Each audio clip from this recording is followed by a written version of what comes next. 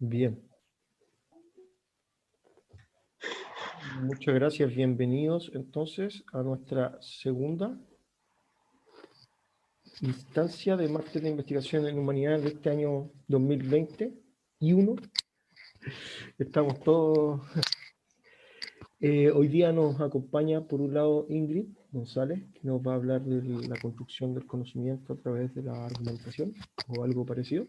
Y también Carla Campaña y Rodrigo Castillo, que nos van a hablar respecto de la presencia o cómo ha evolucionado la presencia de las TIC en la formación docente.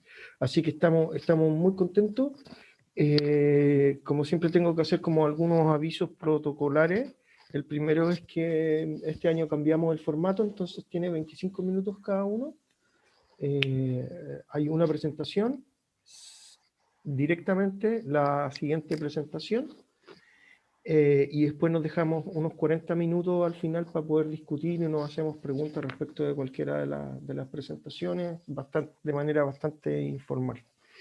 No sé si alguien por ahí me ayuda, o si no, yo después les recuerdo cuándo es la fecha de nuestra próxima, de nuestro próximo encuentro, que es como a principios del segundo semestre, pero nos quedan todavía dos sesiones más, así que también esperamos contar con ustedes. Vamos a partir con Ingrid. Entonces, Ingrid, somos tu audiencia, te escuchamos. Cuéntanos qué tienes para nosotros. Ok, voy a compartir entonces. Ya. Ahí creo que debería verse bien. Y poner el cronómetro. Mira, ya. Bueno, primero que todo agradecerles la invitación, la posibilidad de poder contarles un poco lo que he estado trabajando últimamente. Lo que les voy a mostrar hoy día es parte de un manuscrito teórico que desarrollé en el contexto en el primer año del programa de doctorado en psicología que estoy cursando, junto con Antonia Larraín, quien es actualmente también mi directora de tesis. Y se titula Argumentar para construir conocimiento en educación superior, una conceptualización desde una perspectiva vygotskiana. Y como señalaba recién, es una como aproximación o propuesta teórica. Así que espero no aburrirlos en estos 25 minutos, porque no tiene toda esa parte interesante de la evidencia empírica, pero igual creo que es importante como para dialogar. Bueno, el contexto es educación superior y se enmarca en el desafío, en la tarea que tenemos de la formación profesional, ¿ya? Y de lograr que los estudiantes, como parte de esa formación profesional, logren reconstruir un conocimiento disciplinar que es muy complejo. ¿Se escucha bien? ¿Sí? Sí, allá. Que es muy complejo y que es altamente especializado, y que es difícil hacerlo. Es difícil, muchas veces tenemos la duda o la seria duda de si los estudiantes al terminar su asignatura o incluso en la titulación han logrado y cómo han logrado reconstruir ese conocimiento especializado. Y es algo que se ha investigado. Hay investigaciones que muestran justamente la complejidad de desarrollar conceptos científicos. Estos autores, por ejemplo, señalan que adultos, a pesar de años en en un sistema educativo, no logran el desarrollo de conceptos científicos complejos. Hay investigaciones, por ejemplo, en el ámbito de la astronomía o en el ámbito del concepto de la teoría de la evolución, por ejemplo, que son conceptos complejos, difíciles de desarrollar. Pero uno podría pensar que es aún más difícil en el contexto de la masificación en educación superior actual, un proceso que, si bien por una parte tiene como este beneficio que ha podido permitir que estudiantes que antes no tenían el acceso a la educación, a formarse profesionalmente, ahora lo puedan hacer y que antes estaban excluidos, pero por otra parte, cuando ingresan a la educación superior, cuentan con competencias desiguales en términos de características de entrada. Esto tiene efecto y esto se deriva, digamos, de un sistema educativo chileno segregado, donde acceden a calidades educativas diversas, distintas, y que tiene efectos en la permanencia y término efectivo de estos grupos de estudiantes. De hecho, por esa misma razón, o por este mismo problema, el Ministerio de Educación ha generado instancias para nivelar competencias respecto de estas características de entrada. Entonces nos enfrentamos a este difícil desafío de formar profesionales que construyen conocimiento científico disciplinar en un contexto como este. Y la pregunta entonces es, ¿cómo la universidad, cómo podemos como sistema universitario proveer a estos estudiantes de este conocimiento especializado, pero de manera equitativa, es decir, independiente de las características de entrada que tenga el estudiante? Una propuesta que obviamente no resuelve el problema porque es muy complejo y es además sistémico, pero un elemento que podría ayudar a la universidad masificada a enfrentar este desafío es la argumentación, entendiéndola como una práctica pedagógica, o la argumentación en tanto práctica pedagógica para la construcción de conocimiento científico. Entonces la pregunta es ¿por qué la argumentación tendría que tener ese efecto o podría ayudar a la universidad? Al respecto hay cierta evidencia empírica a nivel internacional y también nacional respecto de la relación entre la argumentación como práctica pedagógica para el proceso de aprendizaje y para la construcción de conocimiento. A nivel escolar principalmente se ha hecho esta relación a nivel internacional, pero también en Chile, por ejemplo, los estudios de Larraín abordan ese problema. Y en el ámbito universitario hay investigaciones principalmente a nivel internacional que muestran cómo la práctica argumentativa favorecería el aprendizaje disciplinar. Son investigaciones, por ejemplo, las de esta persona, Asterhan, que hace medida pretest, una intervención con un diseño pedagógico específico que involucre la argumentación, en particular un cierto tipo de argumentación que es la argumentación deliberativa, y medida post-test y post-test retardado, y que muestra cómo los estudiantes van ganando o tienen una ganancia conceptual, y junto con eso también logran desarrollar habilidades argumentativas individuales.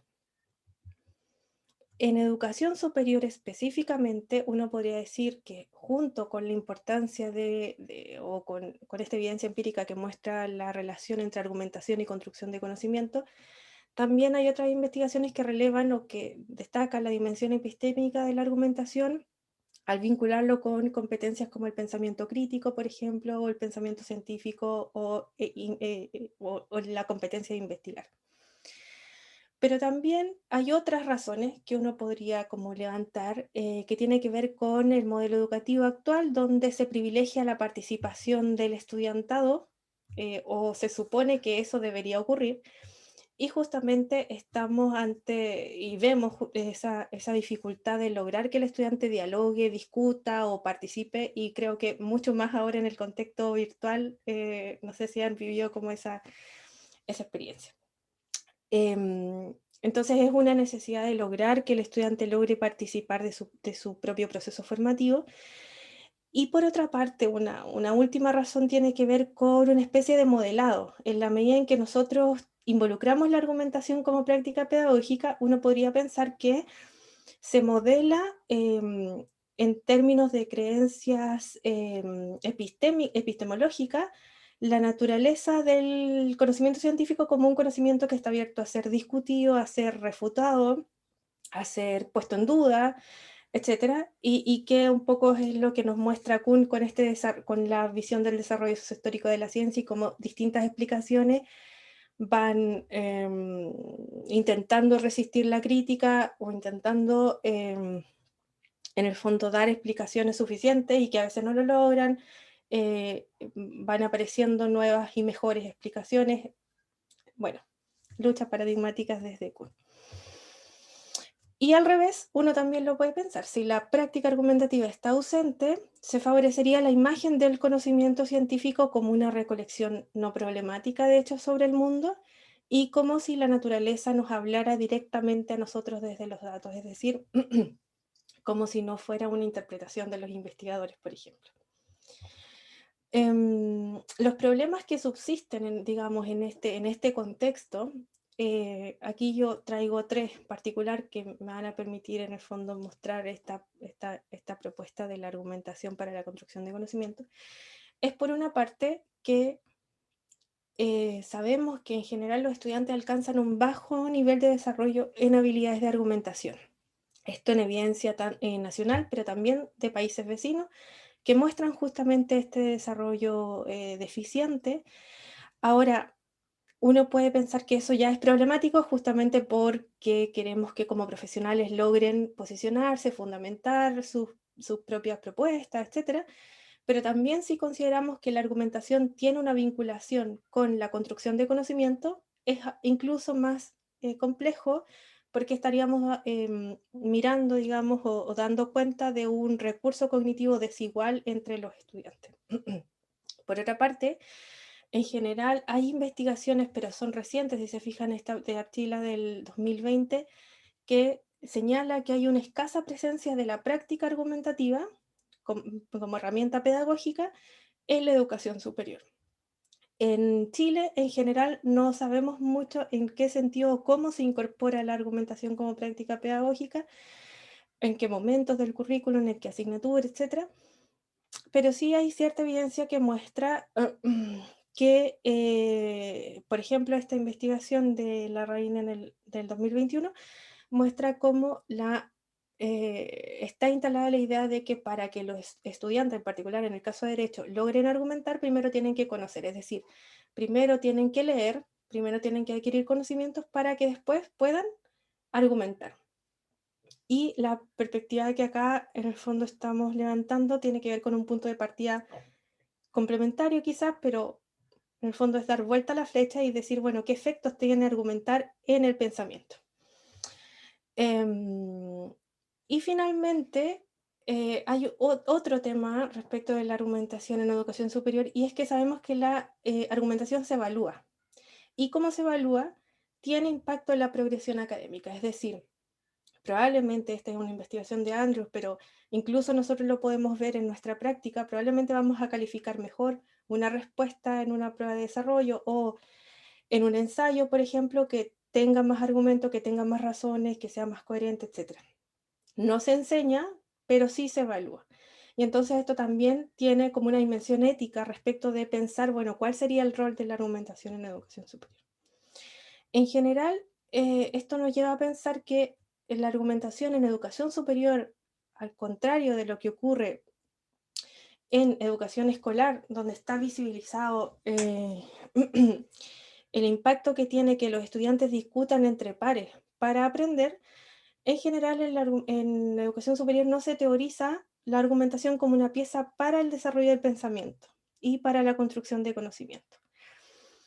Y en ese sentido tiene que ver también con tratar o contar con explicaciones teóricas que nos permitan entender por qué la argumentación, más allá de la evidencia empírica, por qué la argumentación tendría esa relación con la construcción de conocimiento o promovería esa construcción.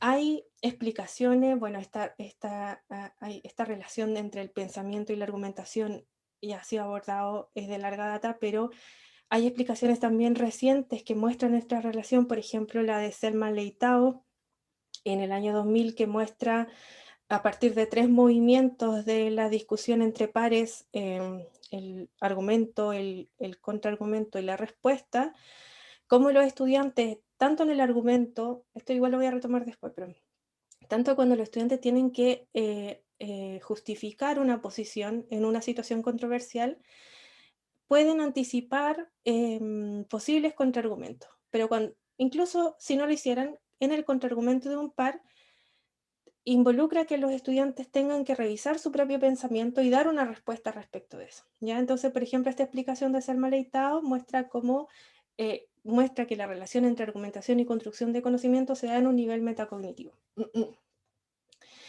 En esta aproximación, o lo que estamos tratando como de levantar, es un desafío, ¿cierto?, de pensar, pensar la argumentación desde una teoría específica del pensamiento, que es la teoría de los conceptos de Vygotsky, que en general es una teoría también menos conocida que las otras teorías de Vygotsky. Y entonces toma en el fondo el desafío de conceptualizar la argumentación o la práctica argumentativa, considerando directamente la noción de conceptos científicos de Vygotsky, que es lo que voy a describir ahora brevemente. La teoría de conceptos de Vygotsky, en el fondo, se toma justamente para como un proxy del conocimiento especializado o el conocimiento disciplinar. Obviamente no es suficiente, el conocimiento disciplinar es mucho más y es complejo, pero tomamos la noción de conceptos de Vygotsky como proxy o como una parte, si se quiere, del conocimiento disciplinar. Entonces, para Vygotsky, todo concepto es una generalización. Eso quiere decir que son operaciones en las que un evento único y particular se trata como una clase de eventos, ¿ya? Es un proceso de generalización. Elementos forman, por así decirlo, como una categoría, si se quiere. Y este proceso de generalización va avanzando desde formas más sincréticas en los niños hacia formas más convencionales, partiendo por conceptos cotidianos, que son conceptos más bien concretos, que no son sistemáticos, hacia conceptos científicos. ¿Qué es lo que caracteriza un concepto científico para Vygotsky? Un sistema de generalización. O sea, el conceptualizar científicamente en el fondo es levantar una estructura o un sistema de relaciones de generalización, de relaciones entre conceptos, ¿ya? Y eso ocurre en el lenguaje y por el lenguaje. Es decir, a partir de que el niño descubre en el medio social el uso de la palabra, esto poco a poco también va internalizándolo, y ese levantamiento de la estructura, que es flexible y que va cambiando, ocurriría en el lenguaje, a partir del uso del lenguaje. Y en particular promovido por la instrucción que se da por los cuidadores en la infancia en primer lugar y posteriormente por el sistema educativo en particular, que obliga a los estudiantes a usos determinados, como por ejemplo la definición o, no sé, describir, etc. Esto quizás ayuda a que quede más claro. Una cita de Vygotsky del capítulo 5 de Pensamiento y Lenguaje dice: si nos representamos convencionalmente que a semejanza de todos los puntos de la superficie terrestre, podemos decir que todos los conceptos se distribuyen entre el polo norte y el polo sur en determinado grado de longitud, entre los polos de la captación directa, sensible, visual, concreto, digamos, del objeto y del concepto extremadamente abstracto generalizado al máximo, entonces los conceptos se distinguirán por su longitud en función de la medida en que esté representada la unidad de lo abstracto y lo concreto en cada concepto. Es decir, se forma un sistema de relaciones de generalización entre los conceptos. Tendría entonces un concepto dos características principales: grados de jerarquía, que sería la generalización, y grados de comunalidad en el sentido de distintos caminos posibles por las cuales o caminos mentales, por así decirlo, por los cuales generalizar o llegar a ese concepto o conceptualizar.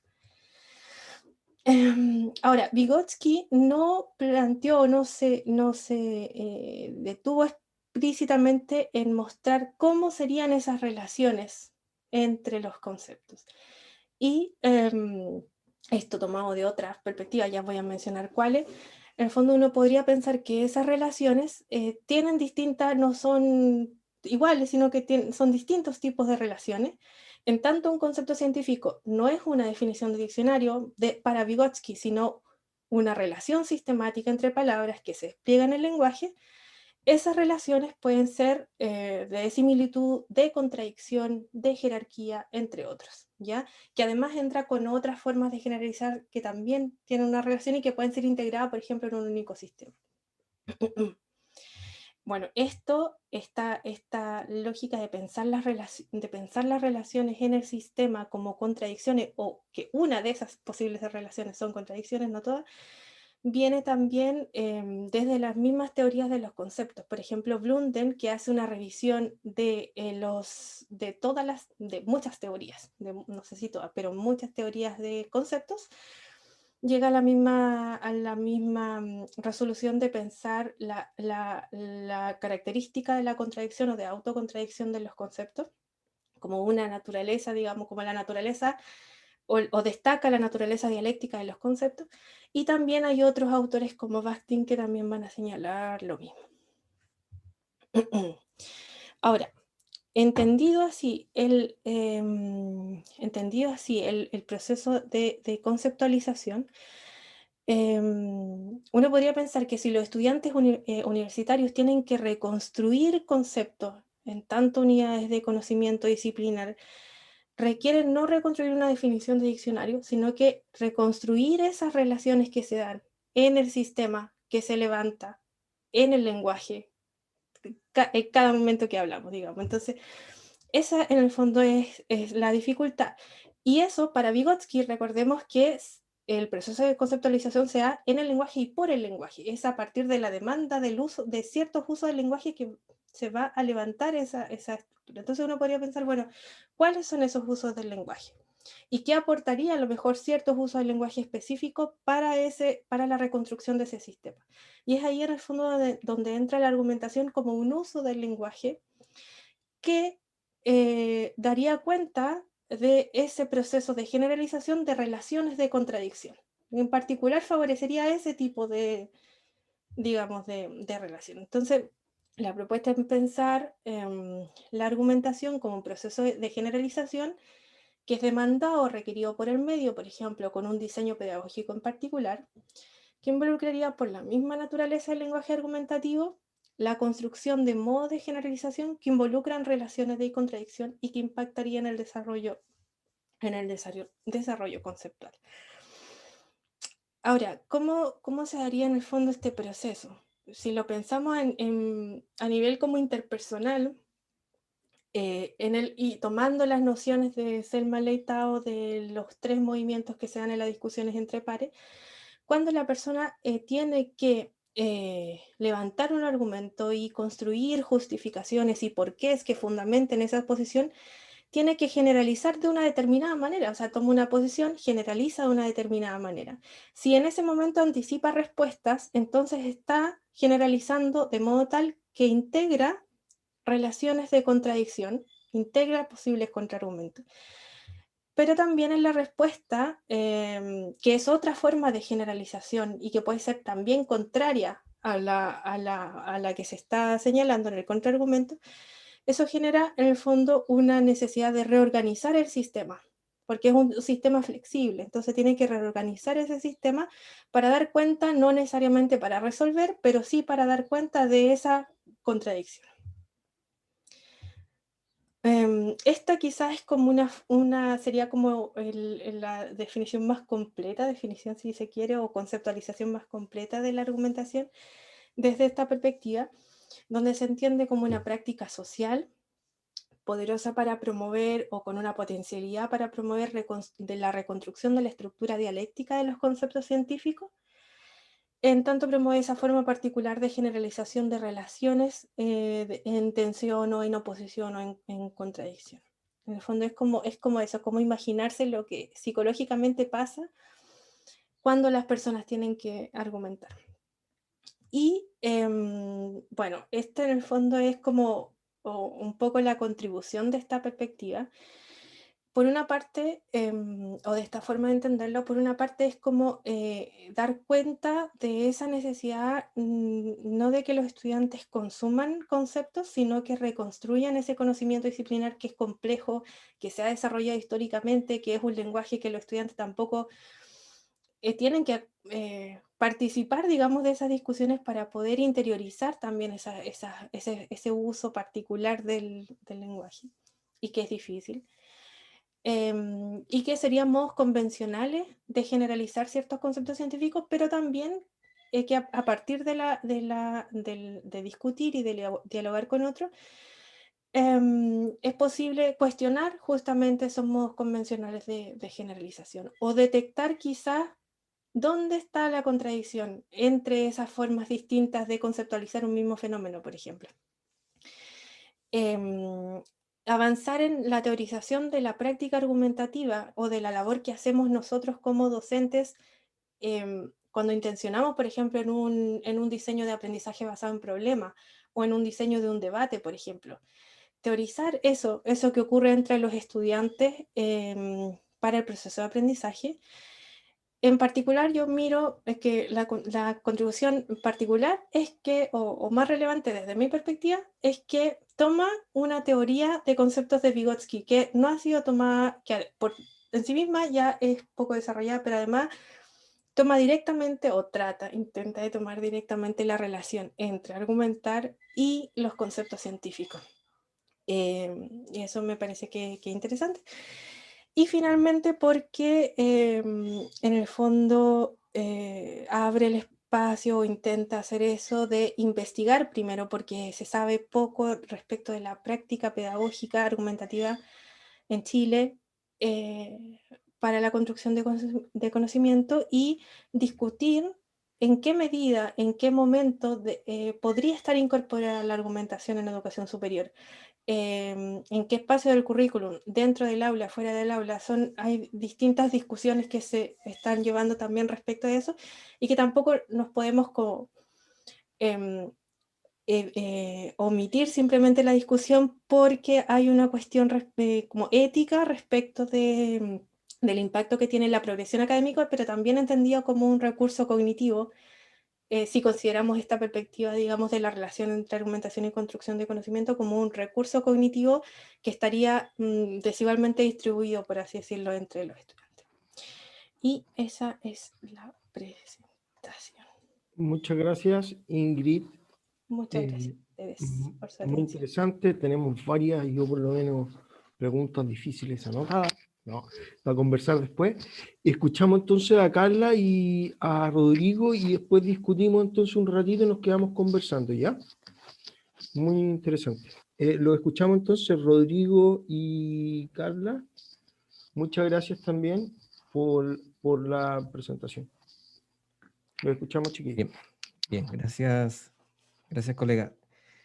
Bueno, primero darle las gracias por la invitación, ya, de parte de Carla y también por parte de Hugo, que lo que vamos a mostrar acá son algunos datos ya, cuantitativos, pero que son datos más duros, pero vamos a ver si al final se abre la discusión, porque es un tema bien relevante en estos momentos, ¿no?, que estamos viviendo. Entonces, creo que, bueno, no habíamos tenido la oportunidad de presentar y dar a conocer parte de estos resultados, que es de una investigación sobre el análisis comparativo de las asignaturas TIC en la formación inicial de profesores entre el 2012 y el 2018, ¿ya? Entonces, habían datos del 2012 y quisimos comparar con los datos del 2018 entre ese el lapso, ¿ya? Entonces, bajo esos datos que había en 2012 hicimos esta comparación y estuvimos trabajando en 2019 en estos datos. Y les vamos a dar ahí, después Carla les va a contar sobre la metodología que se utilizó para sacar información. Pero bueno, comentarles que la presencia de las TIC en la formación inicial docente debiera responder a diferentes factores como las políticas, ¿no es cierto?, públicas, y también diferentes perspectivas teóricas.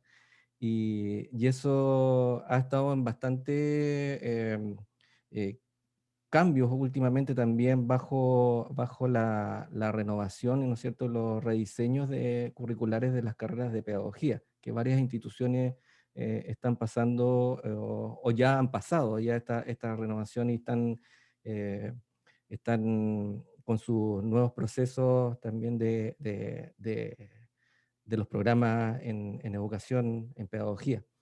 Entonces, y ha crecido también la importancia de las TIC en educación. Y creemos que si esa importancia está, ¿ya? Si va creciendo, debería estar también plasmada en los programas de formación, ¿ya? Y que empiecen a aumentar también la presencia de tecnología en los programas de educación. Entonces, en relación a lo que le estoy comentando,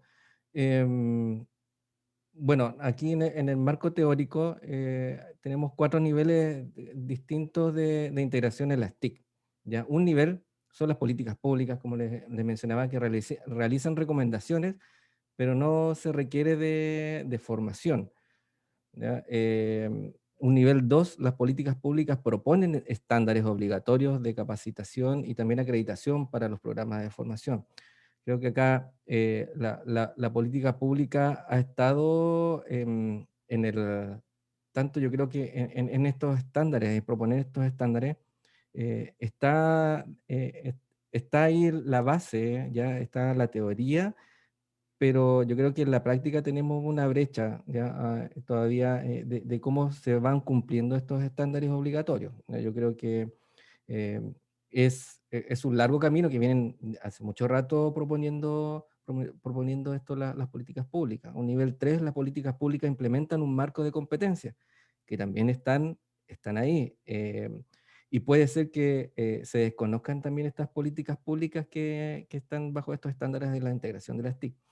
Y en nivel 4, las políticas públicas establecen certificación para el profesorado. Bueno, también hay 3 enfoques de la formación en TIC.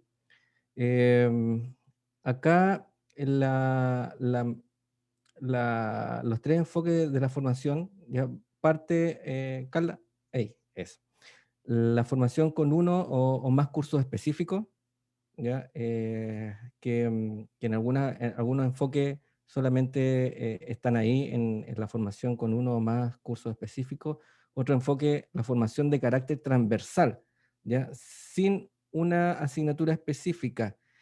Creo que lo hemos conversado también con mis colegas sobre esta formación de carácter transversal que integramos las TIC ya, en la formación em, y se supone ya que está en esta forma transversal y se está haciendo también probablemente o creyendo que se está haciendo de buena manera. Entonces, no existe una asignatura específica, ¿ya? Sino que va a depender del profesor, del docente, de cómo la integre, ¿ya? Entonces, aquí también tiene que haber, yo creo que un diálogo, yo creo que yo lo visualizo como un diálogo en conjunto, integrador, si es que no existe alguna asignatura TIC y si tiene efectividad no lo sabemos, ¿ya? Si es así o no. Entonces, puede que a lo mejor estemos en esa formación de carácter transversal, que en estos momentos nosotros estamos acá y de repente nos vemos sumergidos en que por qué tenemos tantas problemáticas en insertar las TIC o adecuarnos a las TIC, ¿ya? Y este contexto también nos ha llevado a eso. Y lo otro es una formación mixta que considera los 2 primeros enfoques, ¿ya?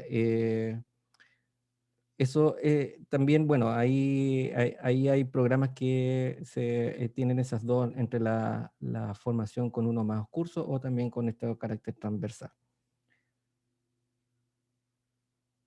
Lo que es la presencia, bueno, de las TIC en la formación inicial de profesores en el mundo, tenemos alguna referencia teórica. España, eh, existe una presencia dispar de asignaturas TIC.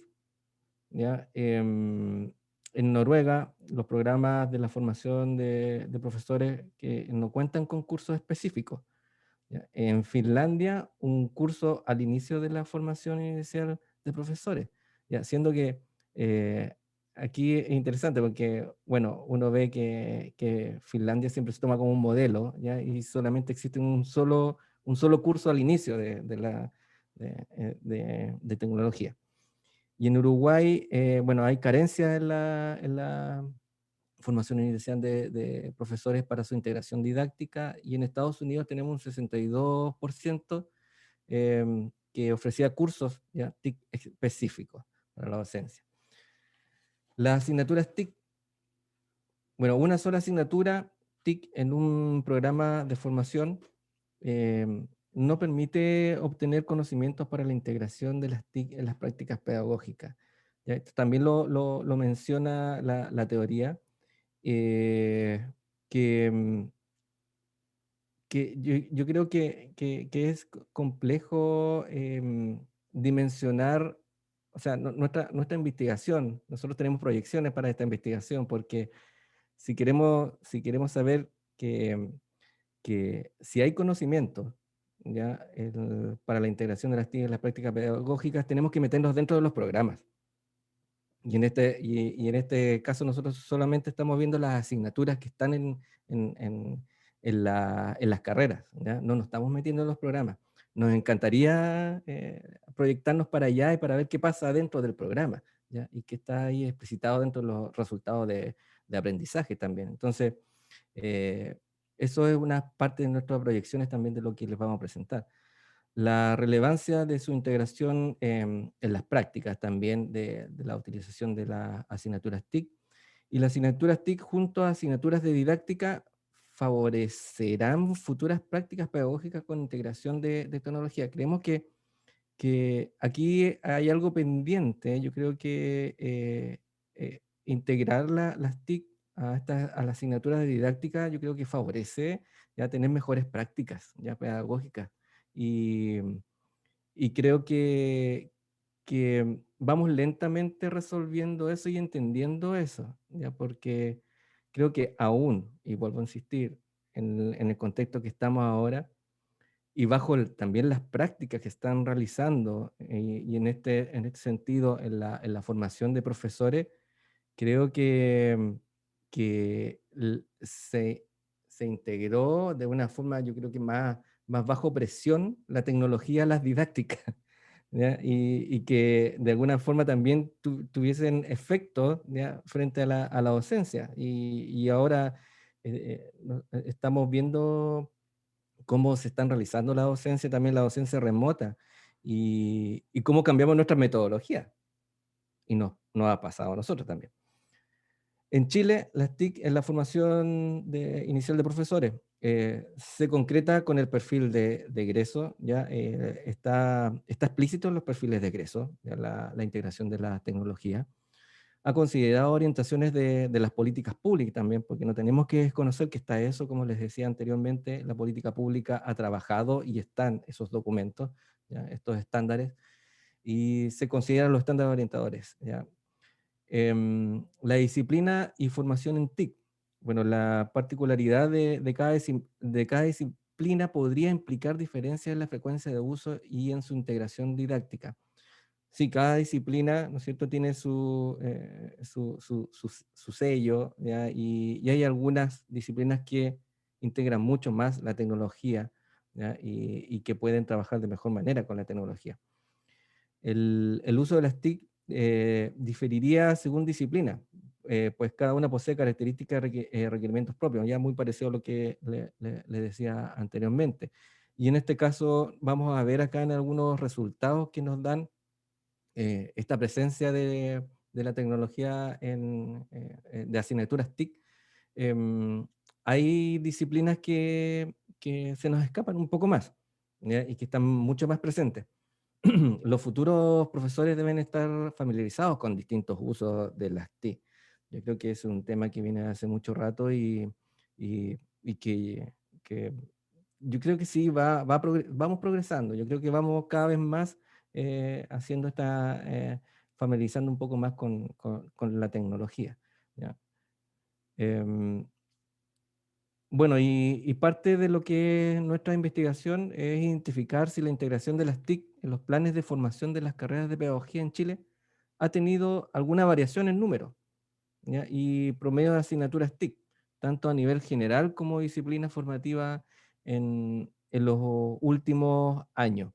Entonces, bueno, Cana aquí nos va a presentar los datos más duros, pero va a ser entre el 2012 y el 2018. Aquí hay datos bien interesantes porque em, vamos a ver si hay esta variación o no. Nosotros queríamos saber si hay una variación o no, si hay menos, si hay más, ¿ya? En las diferentes carreras ya de pedagogía y de sus asignaturas ya que poseemos. Así que le doy paso ahora a Carla. Gracias, Rodrigo. Bueno, esta investigación se hizo el año 2018-2019, con información del año 2012 y del año 2018 en las mallas curriculares de pedagogía. Los resultados dan cuenta de que quizás hicimos un interesante trabajo documental de análisis, sin pensar de que venía una pandemia que nos obligaba a usar la tecnología y a integrarla de manera didáctica, que creemos que es la gran debilidad que hay, una de las grandes debilidades, porque hay más, en la formación de profesores a nivel nacional. Se sigue viendo lamentablemente la tecnología como un anexo, como la guinda de la torta, cuando debería ser parte de la formación de profesores. Tanto, igual o más importante que la didáctica, o la evaluación, o la psicología del desarrollo. Entonces, ¿qué hicimos junto a Rodrigo y Hugo? ¿Puedo avanzar? Nosotros trabajamos una metodología con un enfoque cuantitativo, documental, de tipo longitudinal. Trabajamos con una muestra del año 2012 de 212 programas de formación de mallas curriculares de pedagogía, y luego con una muestra de 237 mallas de pedagogía del año 2012. ¿Por qué esa distinción y por qué esa diferencia? Porque en esas fechas, en el año 2012, comenzaron los famosos PMI, Plan de Implementación de Mejoramiento Institucional en las Pedagogías, los convenios marcos. Por tanto, comenzaron las primeras renovaciones curriculares. Algunas universidades tardaron más, y porque comenzaron los proyectos de manera posterior, y la renovación curricular comenzó en el año 2016-2017. Todas ya deberían estar a la fecha en un proceso de ajuste curricular, donde ven si las asignaturas, entre otras cosas que tienen, se ajustan o no al perfil de egreso. ¿Qué hicimos? Mediante una planilla de cálculo en Drive, trabajamos con esta información, hicimos un primer levantamiento de información entre enero y julio de 2012. En ese momento comenzaron a visualizarse, aparte de los PMI, los primeros esbozos sobre la ley de 20.903, y también los nuevos requerimientos para la acreditación de las pedagogías, que como ustedes deben saber es obligatorio, ¿ya? Un segundo levantamiento de información realizado entre mayo y agosto del 2018, y luego hicimos una revisión al azar, aleatoriamente, del 10% de los programas. Clasificamos los programas por grupo disciplinar y realizamos cálculos descriptivos. ¿Qué resultados tenemos a nivel general como grupo disciplinar?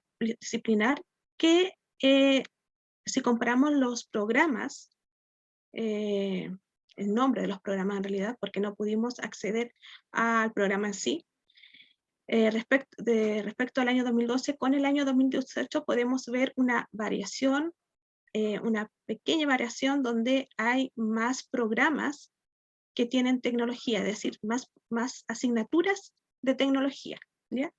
Hay algunas carreras, por ejemplo las carreras de religión y filosofía, que bajan su número. No necesariamente bajan porque no tienen asignaturas TIC, sino porque muchos programas ya no existen, ¿ya? Recordemos que en esa época también, entre 2012 al 2017, muchas carreras de pedagogía se dejaron de impartir, sea por el cierre de las instituciones de educación superior o también por el cierre de los programas.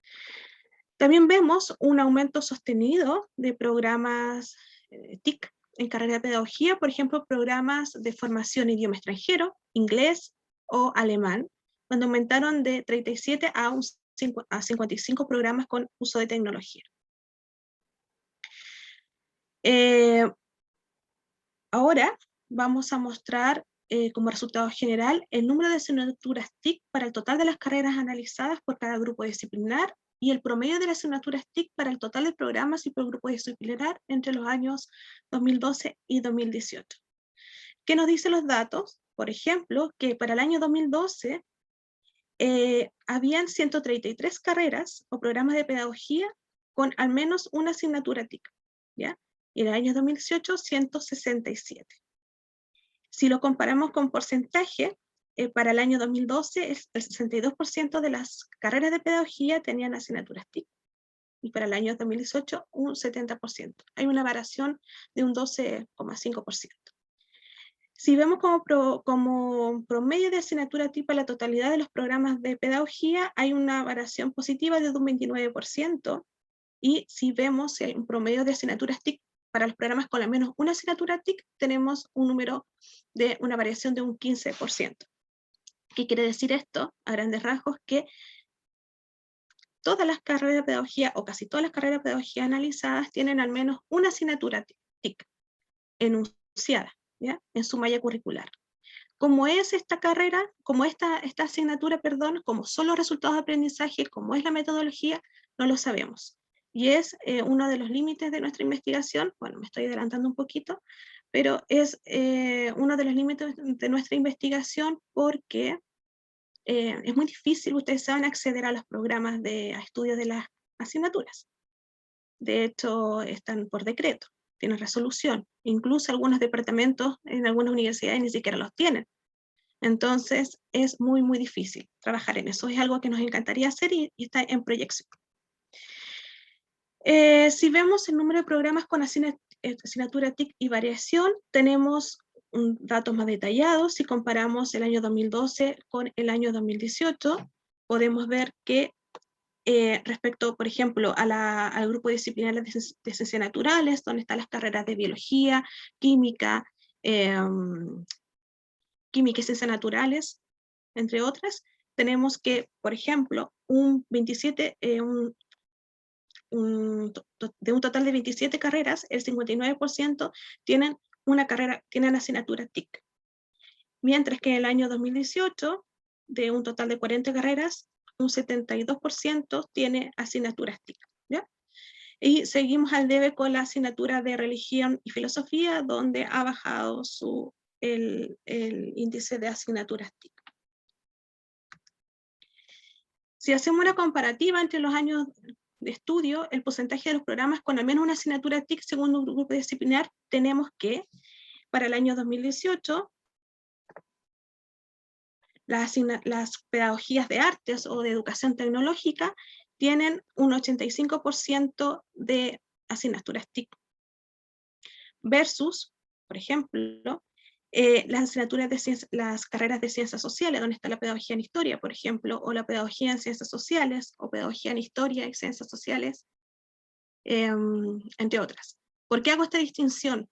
Porque la pedagogía en historia tiene muchos nombres a nivel nacional, como también lo tiene la pedagogía en lenguaje, o la pedagogía en castellano y filosofía, o la pedagogía en lenguaje y comunicación, ¿ya? Entonces, por eso lo agrupamos en grupos disciplinar, ¿ya? Porque hacerlo por nombre nos volveríamos locos, porque cada universidad tiene un nombre distinto para sus carreras de pedagogía.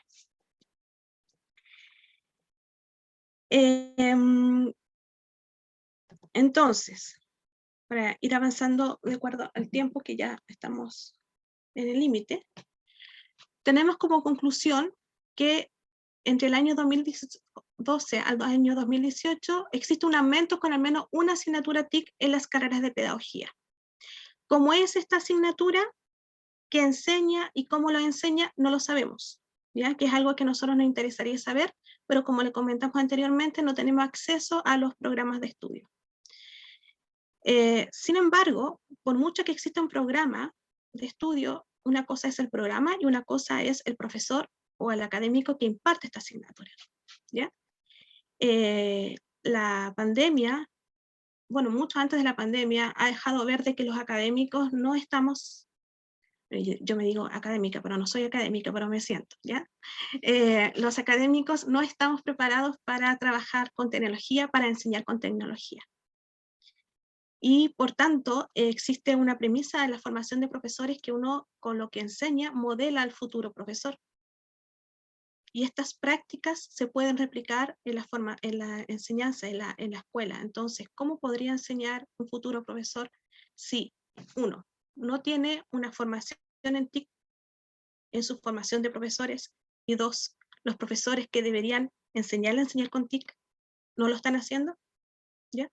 Y no hablo de enseñar con TIC con usar una presentación como lo estamos haciendo ahora, sino que hacer que el estudiante reflexione e incorpore de manera invisible la tecnología en su proceso de enseñanza-aprendizaje.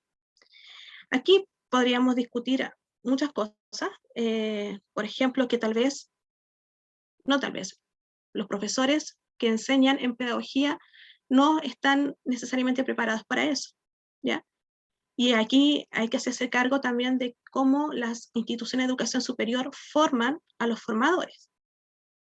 A nivel de las instituciones existen muchas unidades o centros de apoyo al profesorado donde le imparten cursos de formación para, en este caso, enseñar con TIC, aunque hay muchos cursos de evaluación, en fin, estrategias didácticas, etcétera, etcétera. El tema es si realmente estos cursos resuelven el problema que tienen los formadores, de aprender a enseñar con. Por lo general, los cursos de tecnología se transforman más en un curso técnico, donde enseñan a ocupar la herramienta, por ejemplo, Menti, Kahoot, que está tan de moda, en su tiempo atrás fue Prezi, pero no enseñan a que el académico desarrolle propuestas didácticas para enseñar con ellas. Y esto lo abro a todo tipo de carreras, ¿eh? Un académico tiene que tener esas herramientas para enseñar en cualquier carrera, no necesariamente pedagogía. Lamentablemente, y aquí me hago cargo de mis palabras, la Universidad de La Serena, cuando inició el PMI, tenía un equipo, una unidad, donde proyectaba y realizó algunos cursos de formación a los académicos. Y lamentablemente tengo entendido que eso ya no sigue, a los académicos de pedagogía, ¿ya? Un 90% de las carreras con asignaturas TIC dispone de una o dos de ellas, es decir, tiene asignaturas TIC. Y nosotros nos preguntamos si esto es relevante para alcanzar estándares de calidad en el uso de la tecnología, considerando que el primer deber de la carrera es formar a profesores para el sistema escolar y también profesores que piensen, por supuesto. Pero si nos vamos a lo que, aunque no nos gusta, pero está lamentablemente en pedagogía, que hay tanta norma, tanta normativa, tanta revisión, la acreditación nos exige tener una formación en TIC, lo establece. Los nuevos estándares de pedagogía también lo establecen. Digo nuevos estándares porque salieron hace poquito. Entonces, ¿es relevante para alcanzar los estándares de calidad de la formación de profesores? Con la poca tecnología que tenemos.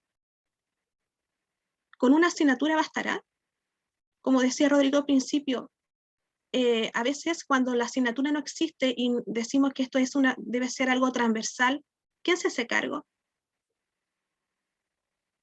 Y bueno, eso. Sí, Con Rodrigo y con Hugo dejamos estas preguntas para reflexión. No sé si Rodrigo quieres comentarlas o sí, yo me adelanté un poquito.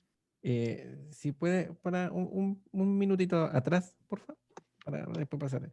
Sí, bueno, comparto completamente con lo que dice Carla.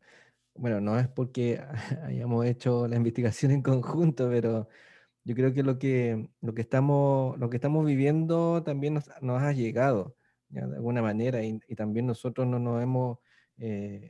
nos formamos frente también a la integración con a altos estándares de calidad, ¿ya? De la integración de la tecnología, ¿ya?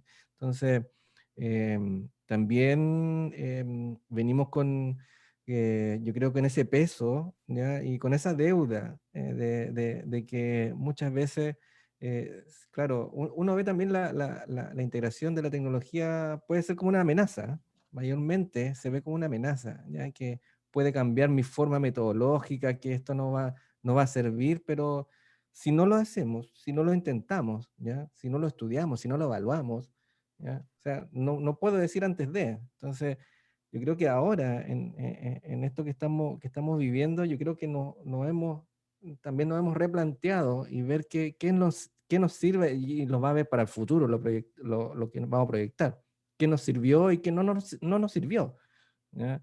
Y yo creo que van a cambiar también los formatos. Por eso yo veo hoy estos cambios, estas renovaciones curriculares, también veo las mallas de los cambios en pedagogía, y me pongo a pensar también porque hay asignaturas de tecnología puestas en la renovación curricular, y la renovación curricular está al fin, o sea, la asignatura TIC está al final, en el quinto, creo que en el cuarto o quinto año, para todas las pedagogías. Entonces, da para pensar, pues, o sea, tendremos que replantearnos nuevamente y volver a reevaluar lo que hemos hecho.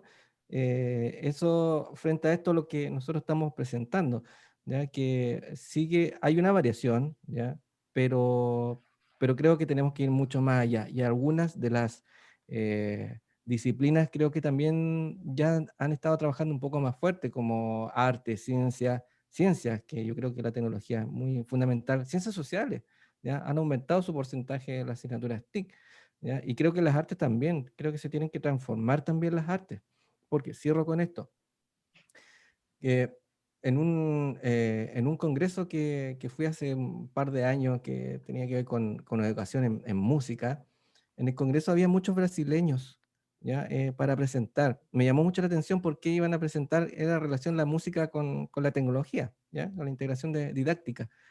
Y había muchos brasileños, y los brasileños están súper adelantados porque ellos han hecho programas para que puedan estudiar música distintos estudiantes de distintas regiones, porque Brasil es muy grande y no se pueden desplazar. Y las grandes universidades no son asequibles para muchos estudiantes, entonces hacen los programas a través de plataformas para que estudien música. Entonces, muchos de ellos presentaban estas experiencias que han sido súper exitosas. Entonces, nosotros a lo mejor también tenemos que ir pensando para el futuro así, ¿ya? También somos un país, una región también bien distante a veces. Ya, si un estudiante, no sé, de Arica, Punta Arenas, que venía a estudiar, se le puede hacer difícil, pero puede haber un programa alternativo para que pueda estudiar. Entonces, creo que esto también nos hace repensar y replantear. Y aquí les dejamos algunas preguntas que a lo mejor lo podemos discutir. La pandemia ha dejado al desnudo las falencias de la utilización de las TIC en sus procesos de formación. ¿Tendremos que reevaluar los programas de formación inicial docente o formación inicial de profesores? Y la renovación curricular, ¿da cabida a la formación en TIC para el logro de aprendizaje? ¿Ya? Esas son preguntas que podemos dejar abiertas, y si ustedes también pueden hacer otras preguntas. Así que eso, estimados, muchas gracias. Muchas gracias, Rodrigo. Muchas gracias, Carla. Muy, muy interesante la presentación de ustedes también. Hemos tenido dos súper presentaciones, así que quiero dar la palabra para que podamos conversar un poco. Le podemos hacer preguntas a cualquiera de los invitados. Acuérdense que estamos en un ambiente fraterno e informal. Profesor Elvis Campos. Buenas tardes, muchas gracias. Escuché con mucha atención las dos intervenciones y creo que he comprendido un poquito. Voy a comentar más que preguntar, voy a reflexionar un poquito en la segunda presentación de Carla y Rodrigo. Noté yo un cierto pesimismo que ustedes encontraron en el uso de las herramientas tecnológicas. Y yo no sé si es por mi área, pero yo fíjese que no tengo esa mirada pesimista que ustedes nos contaron, porque yo observo que en mi asignatura pero yo creo que hemos cambiado no sé, un 80, un 90% nuestras maneras, nuestros recursos más bien, y dependemos tanto, usamos tanto la tecnología. Fíjese, yo quise hacer así mientras usted hablaba, un listado de herramientas tecnológicas que nosotros en este minuto usamos con mucha frecuencia: plataforma, video, podcast, picture stories, modelo, realidad aumentada, libros digitales, pero hay una cantidad enorme de cosas y que los estudiantes usan con absoluta naturalidad. Digamos, yo hace poco, para una evaluación en idioma 3, que son estudiantes de segundo año, intentamos evaluarlo de manera distinta. Entonces les pedimos construir una historia basada en ciertos contenidos que nosotros habíamos tratado en clase, y los profesores tuvimos una larga reunión pensando, que el niño, no sé, a lo mejor no saben usar esto, no saben usar lo otro, de dónde van a sacar las imágenes, cómo le van a poner el sonido, cómo le van a agregar movimiento, y la realidad fue que no hubo ningún problema. Los cabros en un 2x3 al día siguiente tenían todo hecho con todo tipo de efectos, imágenes, le pegaban cosas de allá, de acá, saltaban de un lado para otro, entonces no hubo ninguna dificultad en y es maravilloso cómo utilizan la tecnología y cómo no se hacen problemas. Digamos, el problema lo teníamos nosotros, los más adultos, digamos, ¿no?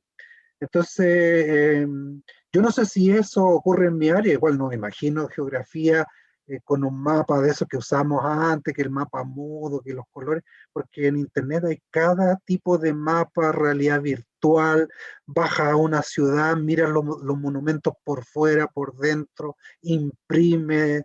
Entonces, sería como impensable volver al viejo mapa antiguo, y única copia que uno le hacía, lo calcaba más encima va a tener su propia copia, ¿ya? Entonces, no sé, ahí yo lo vi como pesimista un poco. No estoy, digamos, yo en una cosa sí estuve de acuerdo, que un curso de tecnología en una carrera no tiene mayor sentido, porque ¿qué vas a hacer en 16 semanas? Se te pasan volando. Es más bien enseñar a través de la metodología o encauzar el uso de tanta tecnología que los estudiantes tienen a mano, ¿ya? Esa sería mi intervención respecto a uno de los temas. Muchas gracias por la oportunidad. Muchas gracias, profe Elvis. Rodrigo, Carla, tienen... Don Elvis, son dos cosas. Uno, justamente inglés con historia y ciencias sociales son los que usan más tecnología, ¿ya? Inglés por lo que usted ya comenta, y historia porque, sobre todo en geografía, porque tienen que usar aplicaciones, por ejemplo, ¿cómo se llaman? De estos, de los SIG, de cartografía, para ver, uy, yo soy profesora de historia y me olvidé de todo eso. Para ver relieve, topografía, necesitan aplicaciones. Respecto a su segunda reflexión, claro, justamente los estudiantes pueden hacer cosas instrumentales, diría yo, para usar la tecnología, poner fotos, poner audio, no sé, jugar con aplicaciones, pero son capaces, o nosotros como académicos somos capaces de enseñarles a usar esa herramienta para su futura práctica pedagógica, por ejemplo, para integrarlas en las planificaciones de clases y que no se vean como un anexo o como la guinda de la torta, como siempre lo digo. A eso apunta nuestra reflexión. Y claro, como no tenemos los programas, no podemos ver más, porque el programa puede decir que hay resultados de aprendizaje, pero y si el académico no necesariamente, el académico que imparte la asignatura no necesariamente hizo el programa, o no sabe leer lo que busca la asignatura y no aplica lo que sale ahí. Esas son nuestras dudas. No sé si Rodrigo piensa algo similar. Imagino que sí. Sí, sí. Bueno, yo creo que Elvis se contestó al final. Solamente que creo que la mirada, claro que se puede visualizar como pesimista, ¿ya? Pero son los datos, ¿ya? Nosotros no buscamos los datos para que fuese algo ¿ya? Que se visualizara así, sino que es los datos. Y nos intrigaba también mucho en relación que nosotros estamos relacionados con la pedagogía, ¿ya? Y que queríamos ver qué estaba pasando, ya qué está pasando con estas asignaturas TIC. ¿Ya? Ese fue nuestro primer, yo creo que ahí Hugo ya tenía base de datos en 2012 y queríamos ver, ya, ¿habrá cambiado o no habrá cambiado? Pero teníamos lo otro, que era que lo que nos falta, que las proyecciones, que queríamos saber más allá de los resultados de aprendizaje. O sea, ¿están haciendo efectivas esas asignaturas? ¿Ya? Tanto en la didáctica, que yo creo que eso es súper importante, en la didáctica. Si los otros son complementos, son cosas técnicas, ¿ya? Y que los estudiantes lo pueden hacer. Pero pongo un ejemplo. Mis estudiantes tenían que hacer ahora en práctica cápsulas. Técnicamente aprendieron, pero metodológicamente dentro de sus cápsulas no estaban bien hechas. ¿Ya? Entonces había otra cosa más profunda que tenía que ver y de cómo la inserto dentro de mi didáctica esa cápsula. ¿Ya? Y que el estudiante no sabía, profesor, ¿y dónde va esto? ¿Y en qué momento lo podríamos usar? Entonces, claro, técnicamente sí, la herramienta estaba, la pueden ocupar, pero lo otro no estaba. Entonces, el entender y el comprender, yo creo que esto tiene que ver con eso, con ver, estudiar los programas, evaluar los programas, si son efectivos o no son efectivos. ¿Ya? Pero claro, puede sonar, como dice Elvi, puede sonar como algo pesimista, pero la teoría también, el marco teórico que se está sustentando al principio, es que dice que sí, las didácticas pueden mejorar, ¿ya? Si sabemos integrar y están bien integradas las TIC ya en la formación. Eso. Gracias, Rodrigo. Está abierta la palabra. Si alguien quiere hacer otro comentario, pregunta.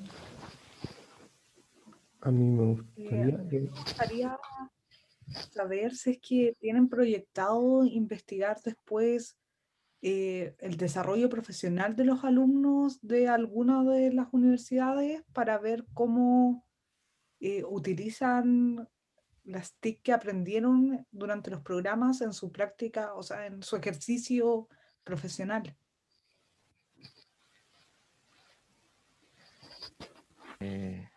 Yo, también un tema interesante, yo creo que tiene que ver con lo mismo, que tiene que ser algo progresivo, ¿ya? Porque, o sea, si no tenemos estudiado los programas, ¿ya? Y sin esa base de datos no podemos seguir más allá. Entonces, a lo mejor ahí nos pueden dar alguna luz, ¿ya? De esos programas, de los resultados de aprendizaje, para después decir, ya, aquí a lo mejor hay un grupo que lo podemos estudiar y podemos hacer el seguimiento, ¿ya? Pero es un seguimiento a largo plazo, ¿ya? Porque tenemos que ver esos resultados, ¿ya? Y cómo también lo aplican después los estudiantes, que probablemente lo apliquen en práctica. Yo estoy trabajando con otro grupo de investigación sobre los profesores principiantes, que son los profesores noveles, los que llevan 5 años en el sistema escolar, cómo ellos integran la tecnología, entre otras cosas, dentro de sus prácticas emergentes, sus prácticas recientes de ser profesor. Pero estamos recién empezando, estamos trabajando con un profesor de la Universidad de Magallanes, de pedagogía. Y Hugo, la otra persona que es dentro del grupo de investigación, él está trabajando con los profesores de filosofía y religión, que es el área donde él ahora se está desempeñando. Así es que, bueno, hay más investigaciones respecto a esta área que han hecho Rodrigo también con Hugo, sobre un modelo ODA, ¿sí? Que crearon para integrar la tecnología en el fondo, pensar cómo integrar la tecnología en las prácticas educativas. Así que hay proyección. Lo que pasa es que los recursos son escasos y ganarnos fondos también ha sido bien complejo, la verdad. Pero ahí vamos. Bien, muchas gracias por las preguntas. Mauricio tiene una pregunta. Sí, ya estamos en la hora, pero quería preguntarle a Ingrid, es que me queda a mí la duda, y eso puede ser por ignorancia mía, pero entre la argumentación, que es como una actividad que siempre la he visto, la he entendido en un contexto social donde se argumenta para convencer a otro y donde se utiliza retórica, lógica, qué sé yo, distintas estrategias o aproximaciones comunicativas, hacia la mirada como más del pensamiento, del enseñar a pensar. Yo veo la argumentación como muy cercana al enseñar a pensar, a pesar de que también es un concepto un poco resbaladizo, sí, para poder decir que, bueno, ¿qué hacemos cuando estamos pensando, en un sentido estricto? Pero yo escuchaba lo que tú decías, también me quedó esa misma pregunta cuando puso la Antonia Larraín la otra vez. ¿Hasta qué punto, en el fondo, lo que se requiere es, en general, ir más al fondo, enseñar a pensar, ¿no? Y de ahí viene, van a aprender a argumentar, van a aprender a procesar mejor la información, a entenderla mejor. Entonces, ¿hacen ustedes alguna diferencia entre este enseñar a pensar o aprender a argumentar, o argumentar es un camino para aprender a pensar? Una vez discutía con un profesor Calvo, él decía que todos sabemos pensar y que no hay que enseñar a pensar porque todos sabemos, pero yo no sé si todos sabemos pensar o por defecto todos aprendemos a pensar. Uno ve ahora con toda la proliferación de gente que cree en teorías conspirativas y un montón de cuestiones, digo, hasta dónde, digamos, es tan natural este proceso, ¿no? Por otro lado, por mucho que una persona aprenda a pensar, si no tiene contenidos adecuados, puede llegar a conclusiones súper equívocas, ¿no? O al revés, ¿no? Con los contenidos adecuados y sin el procedimiento adecuado también puede llegar a conclusiones equívocas. Entonces, ¿cómo desarrollan ustedes ese tema de la argumentación y en qué medida lo relacionan con el aprender a pensar en el fondo? Ujú. Sí, yo creo que sí se hace, hay como una distinción, o sea, partiría señalando que sí hay una distinción respecto de tipos de argumentación que tienen ese componente más como persuasivo, que sería, que por ejemplo se ha investigado el concepto de argumentación disputativa, el sentido de convencer al otro, y casi como a como dé lugar, o digamos, considerando, incluso atacando a la persona, y se ha visto que, por ejemplo, eso tiene impactos negativos para el aprendizaje, generando mayor polarización, y que por lo tanto es súper complejo en el sentido de cómo intencionamos cierto tipo de argumentación para el aprendizaje. Las investigaciones de Asterhan, por ejemplo, tocan el punto contrario, si se quiere, que es la argumentación deliberativa. Una argumentación que el objetivo es, en el fondo, colaborativamente resolver una controversia y tratar de entender, digamos, entre los participantes cuáles son las contradicciones o los puntos críticos para levantar como ojalá una respuesta, una solución en común. Aunque también eso yo no estoy tan de acuerdo en el sentido de que podría, que esa, o sea, sí estoy de acuerdo solo en el caso de que esa resolución en común pueda integrar, pero no necesariamente resolver contradicciones, ¿ya? La distinción, como justo es la pregunta o el tema que tú tocas, es justamente, en mi mente es como esta visión como circular actualmente de la argumentación, en el sentido de, bueno, consideramos la argumentación desde un punto de partida más cognitivo del pensamiento para comunicarlo fundamentadamente, o una postura contraria, que habría que discutir qué tan complementaria o definitivamente contraria es la práctica de la argumentación para el desarrollo del pensamiento, si se quiere. Entonces, esa yo creo que es una discusión que hay que tener respecto de qué tan complementario no son estas dos perspectivas, digamos, o formas de entender la argumentación. Y que en particular diría yo que estoy de acuerdo y en desacuerdo a la vez respecto de que, claro, el punto de partida, digamos, de acá es argumentar, probablemente argumentar mal al principio, pero que poco a poco, en la medida en que los estudiantes participan, y generalmente participan de discusiones entre pares donde hay compañeros que tienen, por ejemplo, más, un concepto científico más desarrollado, que es un poco lo que investigaba Piaget, logran en el fondo como equipararse, por así decirlo, o que estas personas que tendrían o que conceptualizarían de una manera más simple, tengan necesariamente que conceptualizar respondiendo a esas otras formas de generalizar. Pero también es cierto lo que tú señalas respecto de, bueno, en la medida en que argumentamos, o sea, vamos a quizás a poder argumentar mejor en la medida en que también contamos como con materia prima, por así decirlo. Entonces, yo creo que sí, o sea, para hacer esta presentación o para levantar un argumento me leí un montón de papers, no podría, no podría haberlo hecho así sin hacerlo. Entonces, ¿en qué medida rescatamos ideas de otras partes, por ejemplo? ¿En qué medida la creamos nosotros así como solitos? Yo creo que eso no pasa.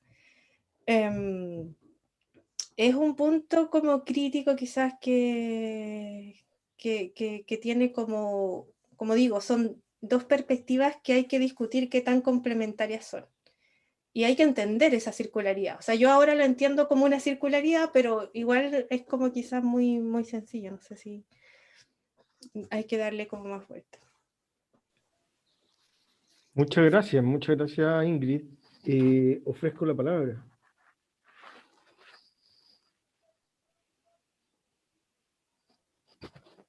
Yo quería hacer un breve comentario, Ingrid, pero quería preguntar, y con esto yo creo que estamos más que pasados de tiempo por hoy y contentos por lo que hemos escuchado. Al principio de tu presentación tú dijiste que uno podía enseñar argumentación o cualquier cosa independientemente del background que traían los estudiantes.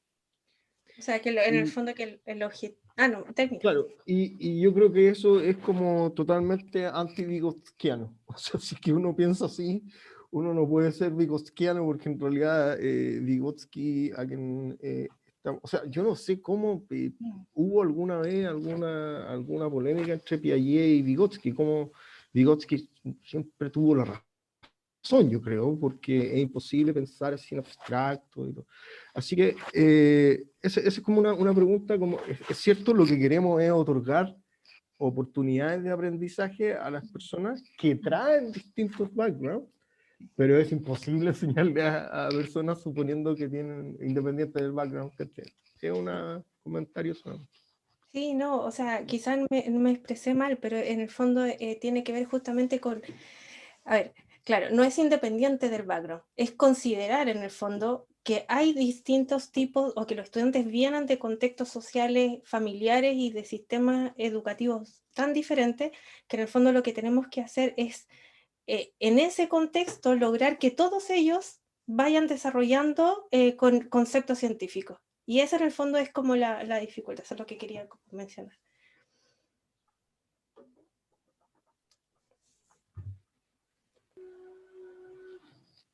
Oye, muchas gracias. No sé si hay algún otro comentario o pregunta. Bien, entonces, disculpen el ruido. Les agradezco mucho, entonces. Nos vemos en nuestra próxima sesión. Entiendo, si mal no recuerdo, es agosto 17. Si es que alguien lo ve, pero les avisaremos con oportuna anticipación para que puedan venir y acompañarnos en la próxima sesión. Muchas gracias, muy buenas las presentaciones. De nuevo, muchas gracias por los comentarios y las preguntas. Muchas gracias por venir. Muchas gracias. Gracias. Muy bien, trataremos de llegar a agosto. Eso. Muchas gracias, hasta luego, que estén bien. Gusto de Chao. verlo. Chao, que estén bien. Chao. Felicitaciones. Gracias. Chao, chao, Chao, chao. chao. Volveré.